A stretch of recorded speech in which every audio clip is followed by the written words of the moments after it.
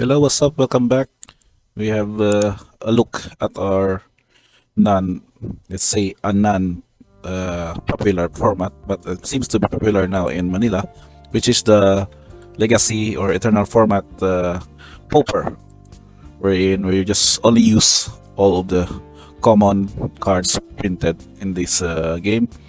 And so I've seen a list wherein I decided to browse a few just to check out the probable prices of these common cards that are very much in demand even for the new sets that has come out from the new sets. For example, for instance, in Kamigawa and Dynasty, we have a few that is also used in this Legacy Pauper format. And today we're going to discuss a similar or a familiar deck that is played in a few back, but that was for the standard events. And you can see here, the title is Domin Zoo by Valerio Ferraris, which is one of the top finishers in one of the recent tournaments, posted also in the MTG Top 8 website. So if you're familiar with the term domain, it goes well with the 5 land types in this game. So basically, you just need to have a few of them and gain advantage from it with some of the spells and these creatures. So we're going to do a quick rundown of the cards. We have 15 creatures, 11 enchantments, 20 lands, 8 sorceries, and 15 on the sideboard. So pretty much looking to be a very basic even for a 5-color deck. Because of the approach, because of the, of course, common cards, we just basically know that the power level of commons would not really that complicated or advantageous as compared to that of the rares of the mythics. And so we're going to go first with the choices here with the creatures. The card ape, especially seen this one played back in its printing in standard, where it was a standard legal deck. So it was popular also in the red-green aggro deck that time. It was, I think it was Ravnica. And so it was printed here as an uncommon, so it will basically becomes legal to play in the Legacy Pauper. So this goes to be just a 2/3 for a 1-drop, so now you control a forest, wherein this is also provided here with a lot of your sort of a common dual lands in this format. So we have 3 copies in the deck.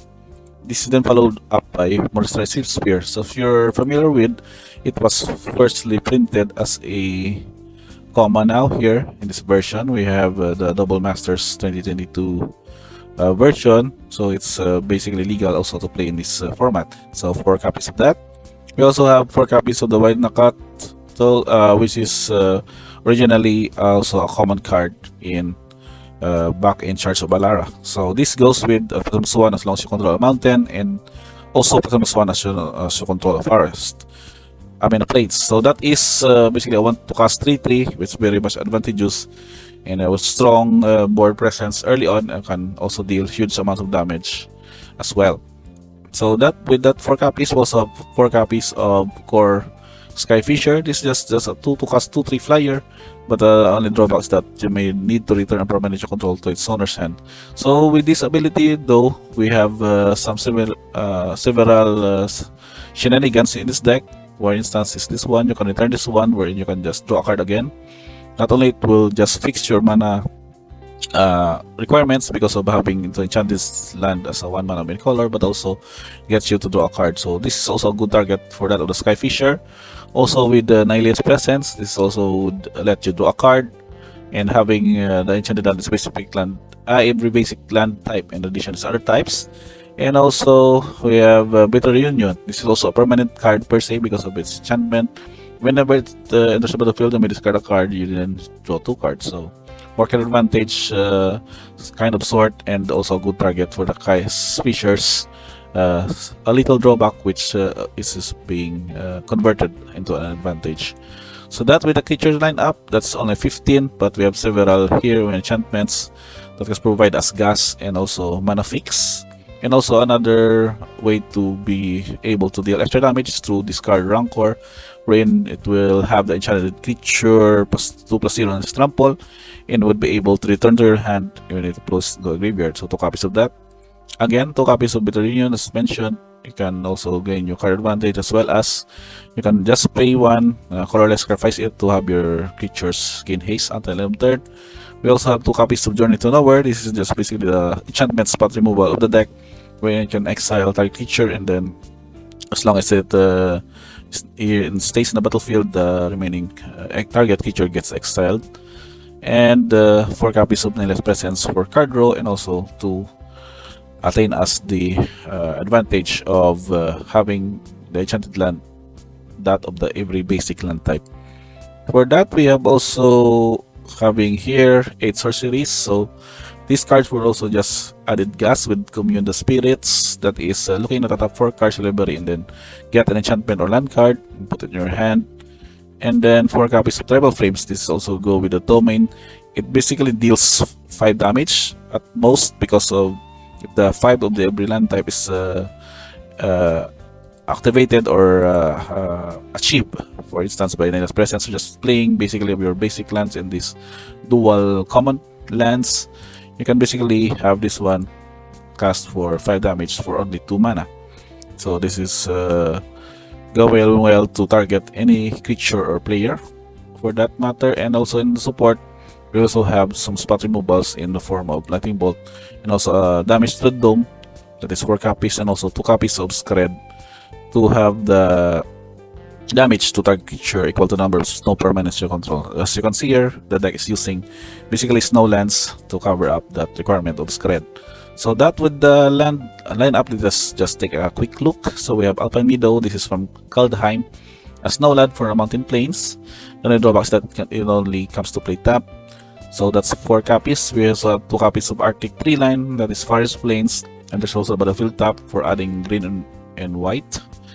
And we have 4 copies of Cabarete Courtyard, so basically searching for a basic mountain forest or plains card and putting it into the battlefield tap and then gaining life as well. And these are the snow covered kind of lineup in the deck, which is basically just having only green, red, and white respectively. So that's the 9 colors that is supported in the deck, and also having the domain requirement would also go where with that of here the dual color and basics. So with the sideboard, you can see here just basically also straightforward with this card ability and features. We have 2 copies of Gorilla Shaman, wherein you can just basically go with the affinity matchup. You can have here to pay 1 to destroy target non-creature artifact with mana value X. Any shenanigans that are non-creatures in that lineup, including the artifact lands, can also be targeted by this ability. 4 copies of Pyroblast is very basic, since in the format there are also several mono blue decks that are flourishing in that metagame. So we have Pyroblast to deal with those, destroy target permanents if it's blue, and counter target spell if it's blue. We also have 3 copies of Dawnbringer Cleric. This is sort of a support card in the deck. You can basically gain 2 life, destroy target enchantment, or exalted card from a graveyard. Also in that, we have Smash to Dust. You can see here, this is only the version from Dominaria United. To cast destroy artifact or destroy target creature with defender, or deals 1 damage to each creature your opponent's control. Also with that support, we also have Armadillo Cloak. So this is basically against other aggro, or maybe even for the mid-range mashup, wherein you can basically just enchant your creature plus 2 and trample and have them lifelink, and just roll over your opponent's defense. So given that, you can sample have Valda Capital enchanted with Armadillo's Cloak. It makes it a 5/5 trampler lifelink, which is pretty much very hard to deal with, especially in this format wherein several spot removals are pretty much on the average level. And overall, the mana curve you can see here is about 1.4. It's very small, and just working out with the 1 mana cost and 2 mana cost in the deck. Color distribution, we have green for 15 and red for 19. That's basically red and green as the main colors, with white as the splash one, but the color producers are pretty much even and can support well on that setup. And last but not least, we have no tokens here, but these are the creature types, basically having 15 creatures as well as the enchantments and the instants are following. And I guess that's about it. If you play this deck in your Pauper events, in maybe even in MTG, or I think this is not yet in MTG Arena, so we also have this one in MTG Online only. You can discuss here what will be your take or your observation as to how the deck would perform. It's basically going with the domain, or just would need to adjust here in the lands so that we can also cover all of the 5 colors. But I think with this setup, we only need the enchantments to go with that strategy so that we can achieve the 5 mana or 5 basic land type domain advantage. So I guess that's about it, guys. That's pretty much a wrap up for this Deck Tech Pauper Legacy Domain Zoo by Valerio Ferraris. If you like this video, just let me know and put it out by liking and subscribing to this channel so that we can also have a thorough discussion, more deck tech setup for Pauper in the coming videos. And of course, I would like to hear your suggestions and comments on the comment box below. Again, thank you guys for watching this one, and see you on the next video.